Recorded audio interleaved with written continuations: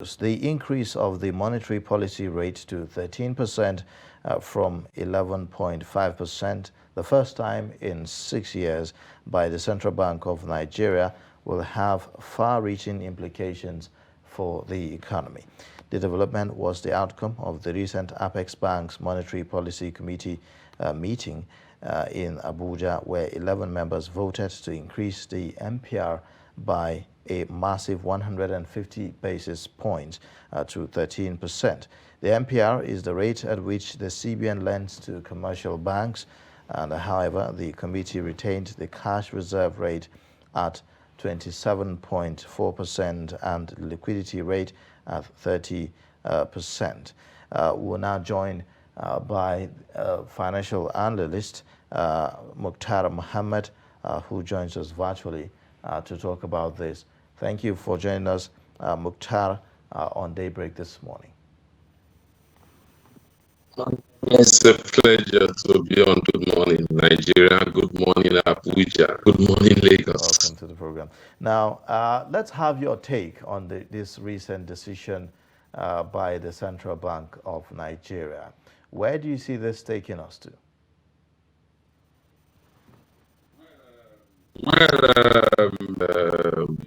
rate is often where you are trying to drive, where you are trying to fight inflation driven by high demands. It's often when you are tackling inflation that is driven use of goods or high cost of production by supply chain. When you look at this statement, you see we are not increasing rate because we are trying, that is driven by high demand service. We are fighting inflation. We believe that it's inducing its of inflation, and then also fighting it because of supply chain disruption, COVID-19 pandemic, and the rush. So when you look at that, CBN has done, we are not so confident to have an effective way of managing this. Have keep rising. So with that, I think a little bit late, but that never coming up. But to see on our economy in the short look realistic. Okay, Mr. Mukhtar, some people have said that the CBN increasing the rate was just like a bandwagon effect because some countries have done the same to manage inflationary pressure, and that this particular increment may not have taken into consideration the peculiarity of the Nigerian situation.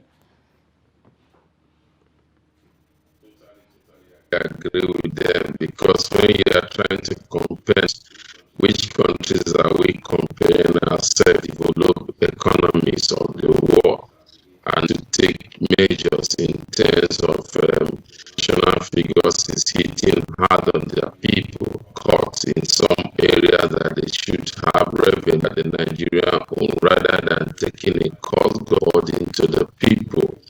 So when you talk about United Kingdom, that 40 years, they tell you about the United inflation for the first time of 40 years. They tell inflation for the first time. But these countries, and you realize in the United, they have what they call petroleum tax, that petroleum consumption that you do, but now that they will not be so much on the people. They are bringing in palliative measures that will help the people, especially because the UK is going to be affected by the Russia-Ukraine. We are not looking at that, because who are those people that even deserve palliative? Is going through crisis. It's not a palliative that you look for both the middle class, you look for the very down, and they are the one that are creating for now. When you look at the Nigerian situation, so I totally agree. So would you say that there would have been a better time to take this decision other than now? Exactly. After we came out from the pandemic, after we're seeing a lot of progress, it's not because we're progress in terms of because they were doing any activities. COVID-19 pandemic and the economy various sectors. So it should have taken those, it would have been.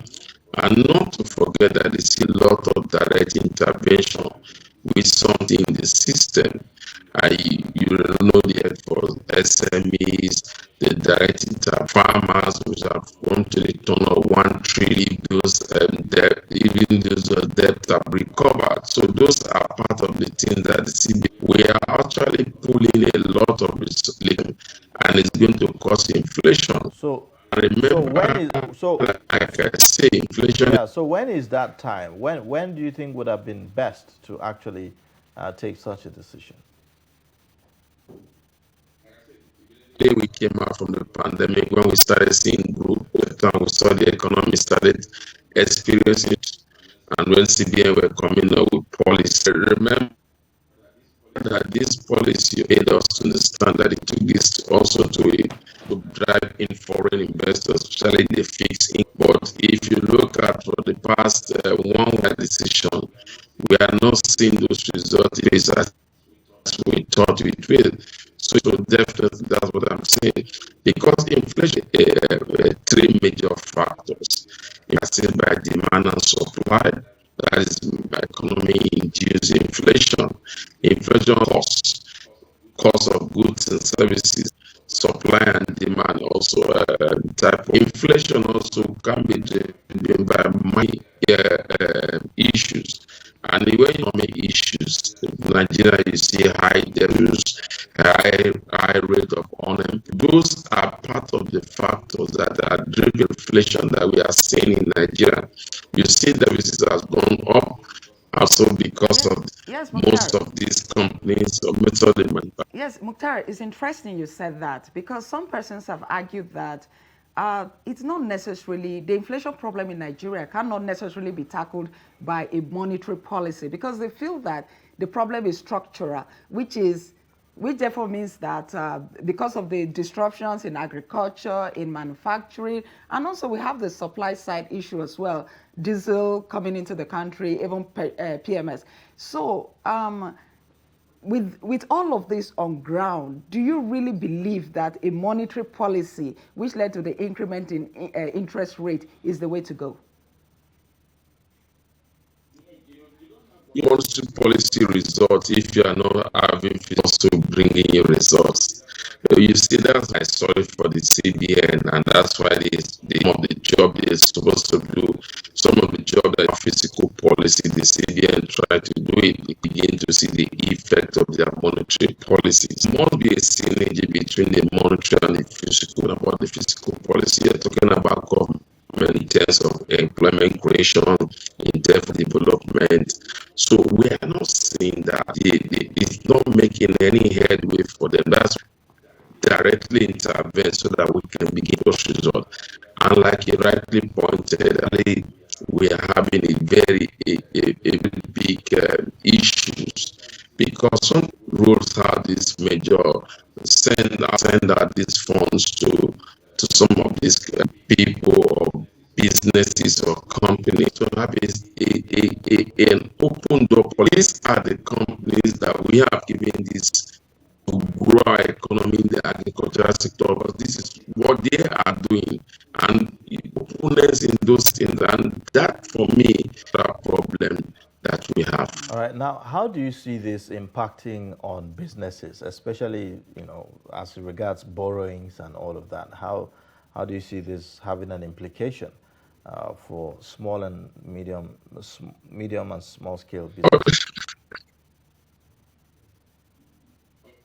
Of course, when you increase rate goes up, cost of funds, and so then cost of production will go up, because like you say, supply cost of production have gone up. Cost of the PMS, we're only enjoying it because in that space, and it's not even helping us. We have done 6 trillion, and we are just then our revenue, most NNPC have not been able to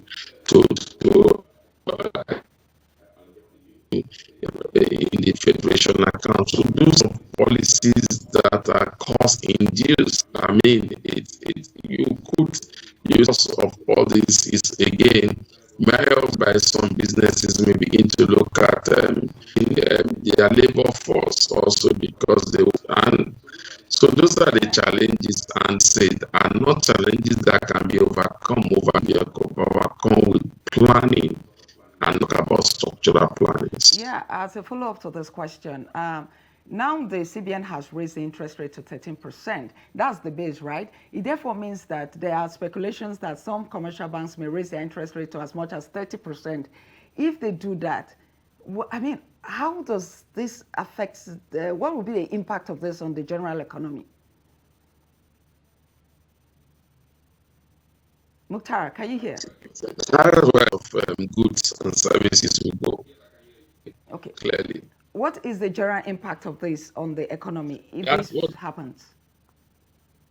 That's what I said. The cost of services will go up. Then you know that the earning capability of the average for the cost of living was going to go up, experiencing that. And so the rate has negative. You know, the CBN will tell you that we are trying to so that we can bring this cost down by the R. When you look at their policy statement of the R, it's not expected to begin to see any positive term. We're looking in the long term. So when you divide by what we're saying, then is going to have time for the Nigerian economy, and especially because that means the cost of being up and the earning capability. Well, we cannot also forget to talk about the implication for manufacturers who are looking to, export and all of that. This presents a new challenge for them to be able to compete favorably in terms of pricing out there, really, isn't it? Now, how will that also affect the drive, to boost the country's foreign exchange, in your own, thought? If you look at the CBN policy on boost the Nigerian economy, the transports in one hand being paid in effect for the CBN in terms in naira based on the what windows and so that has not been helped, especially when you look at the volatilities. Some of them also do not easily ask from the government even when they need it. CBN now looked at that and said, okay, begin to encourage banks that look at export. From December, bank will begin to export them based on again, what the CBN is doing in the long-term benefits yet because they are trying to they bridge the gap in terms of supply policy as it stands now is trying to foreign investors, especially not even foreign direct investors. They're trying to expect that we have foreign portfolio like what we experienced before the pandemic. Looking and when you talk about foreign, they're not looking at they are looking at the fixed income space. They're looking at the fixed income space. The yield of about 11.3%. Those are because they can't get that ease in their economy. So the CBN current attracting supply in the short term, see how we can begin to attract supply into our economy. So the manufacturers are really knowing about that. If you listen to the manufacturers association, the current hike in rates is okay. The economy grew in the first quarter by about 3.11%. Now, some people have said that this policy is going to further tighten the economy. And if that happens, do you foresee a growth in the subsequent quarters? When we talk about growth, what we should know about the growth Nigeria is a growth that is driven by sectors, not driven by the real growth that you see bringing people out. The real growth you see is making from the very very poor class, and then the real growth is when employment numbers increase. That is developed economy when they are coming up with their data. Bureau of Statistical data in terms of how much our economy. They try to tie their growth to the number and the number of people that are on it. Look at that with what we are experiencing, then what we gain in terms of growth, we lose it in terms. So for me, I'm not the growth of the economy. An economy that is yet we are having challenges in terms of job. Somebody asked me of recently, said a type of hardship, the people in the banks declared higher growth. So those tells you that we have, and those structural problems can only be a shared vision from both the and the physical policies. All right, Mukhtar, this morning we are seeing on Leadership newspaper that the IMF is projecting 22% inflation rate for Nigeria in 2022. What's your take on this projection? Yeah, you need to that. Another thing is that there is on our depending so much on importing into the economy, and then we address that volatility in our exchange rate market, especially because most some of them don't have pegs in the import-export window, so the market and at the parallel market based on what they are able to get here. So that will also increase the cost into this country. That's what the IMF report. And so what are we supposed to do? We are supposed to begin to look at our FX regime. Is that why we are seeing this volatility is because we banned the bureau to be a medium whereby some of these managed to have access to FX.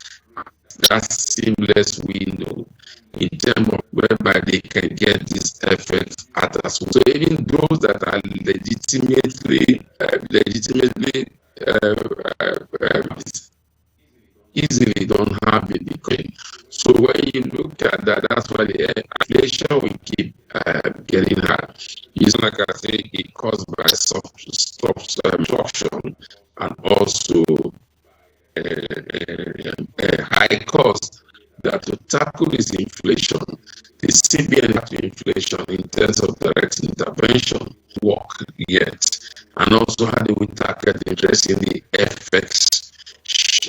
That is why they came up with this rate increase to foreign investors. But then the difference between and the import export, we even want to attract the kind of you want so that you can be from your space. And the FX challenge, if you are able to bring down, especially in the parallel market, is in inflation, because most of those that into this country actually goods that are exported, and most of these are Nigerians need in their day-to-day. For them to address that, they need to look at this, say FX available, especially